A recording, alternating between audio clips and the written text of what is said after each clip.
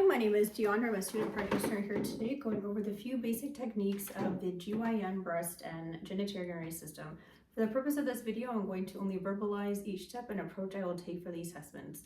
To begin, I'm going to wash my hands, take vital signs, comment on the general appearance of my patient, looking at facial expression, position, looking to see if patient's tachypnic, looking to appear if they're in acute distress, looking to see their manner, if they're appropriately dressed for the situation. Next, I'm going to let the patient know we're going to begin our breast axilla exam. I'm going to place the patient properly in the gown. I'm going to let them sit as I am right now, ensuring visibility and privacy. I'm going to talk through and verbalize each step. First, I'm going to ask the patient to move the gown to their waist. I'm going to inspect the tissue of the breast from side to side, assess for symmetry, contour, dimpling, masses, any flattening of the skin, edema, vascular pattern, skin discoloration.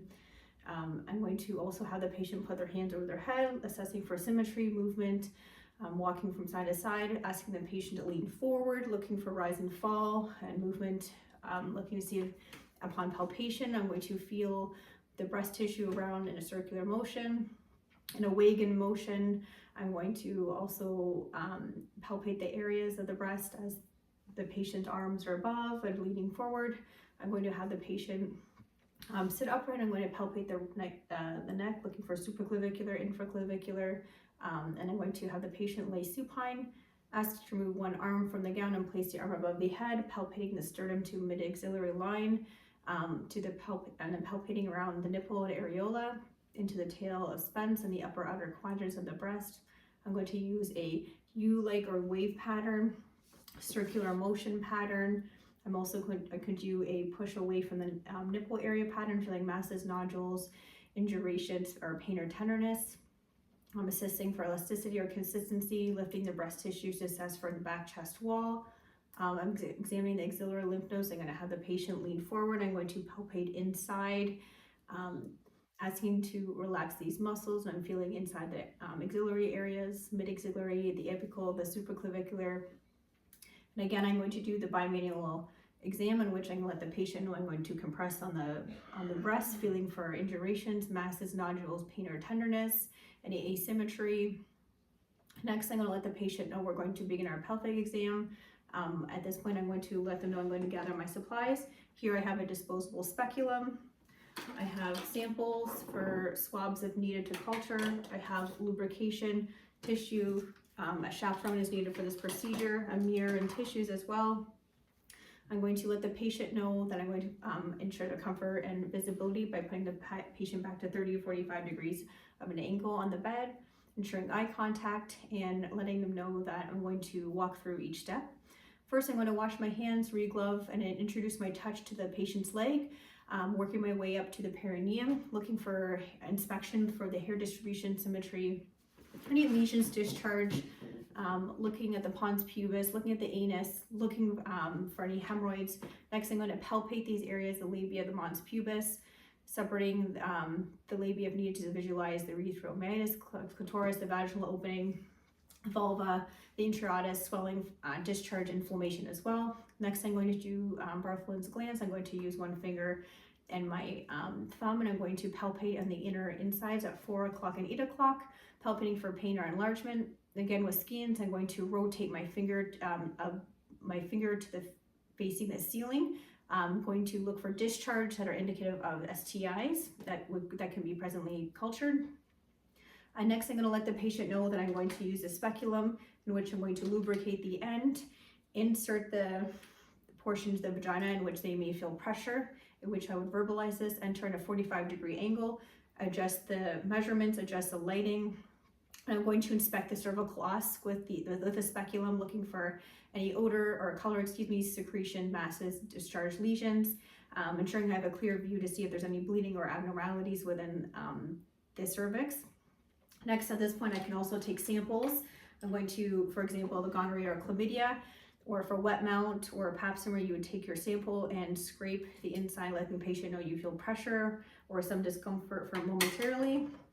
And then you would apply this for the wet mount, for example, apply saline in addition to 1 or 2 drops of potassium hydroxide and perform a whiff test. For the pap smear, you take a instrument that would have a broom or brush-like tip and you would just rotate the tip in the cervical os, obtaining your sample. And again, for the gonorrhea and chlamydia as well, take your sample here and just use within the endocervix or ectocervix to gain your sample. And as I'm removing the speculum, I'm examining the vaginal walls, looking for any masses, lesions, abnormality, letting the patient know I'm going to remove this and continue on with our a procedure for our exam. Going on to the bimanual exam, this includes putting two fingers into the vagina and pressing inwards onto the abdomen, feeling for pain, noting ovaries and the uterus, noting any abnormalities, tenderness, pain, nodules or masses, or asymmetry.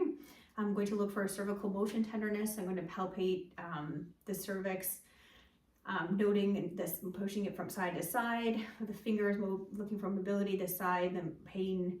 I'm going to palpate the pons pubis area, rotating in that area for masses, mobility, and consistency. Palpating the right and left ovaries by pushing down on the right lower quadrant and the left lower quadrant accordingly. And palpating as I'm entering, as my fingers are entered in the vagina, and I'm going to palpate, feeling for mobility, any firmness, pain or tenderness, symmetry. And again, for both right and left side, I'm going to evaluate the cul-de-sac in which I'm going to withdraw my fingers from the bimanual exam. Then I'm going to let the patient know I'm going to change my gloves and lubricate my fingers as needed. Slowly introduce my index finger in the vagina and the other finger, the middle finger, into the rectum, and ask the patient to strain down to allow relaxation of the anal sphincter. At this point, I'm going to feel for any nodules, masses, noting the adnexa structures, gently palpating the vaginal wall and the lateral vaginal fornix. Next, I'm going to go over the pelvic floor muscle as my fingers are inside the vaginal wall, looking for incontinence pressure. I'm going to ask the patient to perform a Kegel or squeeze my fingers, looking for strength.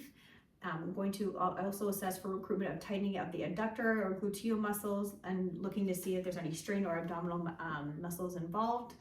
I'm also going to check for systole, which is bulging or pressure, sensation, trouble voiding. I'm going to ask the patient, can you bear down while I'm palpating? The systole will be present if it was bulging from the anterior aspect of the vagina. Next, I'm going to look for rectally and sphincter tone, which will be part of our digital rectal exam as well. I'm going to change my gloves and let the patient know I'm going to begin this part of our exam. I'm going to inspect the perianal areas for skin tags, scoriations, hemorrhoids, strictures or fissures, bleeding, any abrasions. I'm going to pull apart the buttocks, so palpate and look in the anus for any bleeding, again, any skin tags, scoriation, pain or tenderness. I'm going to let the patient know I'm going to lubricate my finger, and I'm going to feel inside the rectum. And again, at this portion, if I were to look for recticelli, I would have my fingers in the vagina and just feel around the areas. And going back to our digital rectal exam, I'm going to let the patient to bear down or strain down as if they're having a bowel movement. And I'm going to quickly inspect the anus for strain during the prolapsing. If there was any hemorrhoids or rectal tissue, I'm going to place my fingers externally into the anal sphincter using a gentle motion, just feeling around around the areas. I'm asking the patient to squeeze, looking for any neurological impairment. And I'm looking to see if there's any pain upon palpation at 6 o'clock or 1 o'clock. I'm rotating counterclockwise and clockwise around the anus, feeling for any pain or tenderness, looking for nodules, any discomfort, any radiating pain as I do this. And then I'm going to let the patient know I'm completing the exam. I'm going to remove my fingers, wash my hands. I'll help the patient gown back up together, avoiding exposure of the patient no longer than necessary. And then at this point, I'm going to assist the patient to sitting position and describe my findings. Thank you.